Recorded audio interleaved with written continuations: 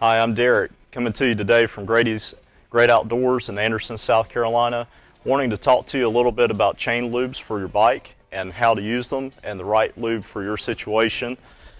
Today we've got three different types, starting with a wax-based lube. With wax-based lubes, they tend to cover your chain and allow any debris to fall off. The only downside with this style is it will need to be applied more often. Other styles are going to be the wet lubricant. With a wet lubricant, you're going to actually apply that in really wet, muddy conditions. It's certainly going to keep things moving along, but it will need to be degreased and cleaned more often. The one that we recommend the most is actually going to be a dry lubricant.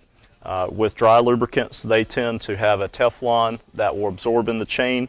Really works well for our area in dry conditions. But with this, the only downside is you do need to allow it to dry a little bit before you actually ride your bike. So we're going to go ahead and show you how to apply this one properly.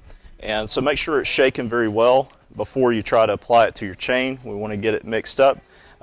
We always want to apply on the cassette, on the chain. So with that, we're going to put it right over the top here on the chain and roll that backwards a few times, just like so. Make sure it's saturated pretty well. And then after we do that, we're actually going to wipe off any excess. Same way, just towel on the chain and let that excess come off. And always make sure to allow that to dry before you start your ride.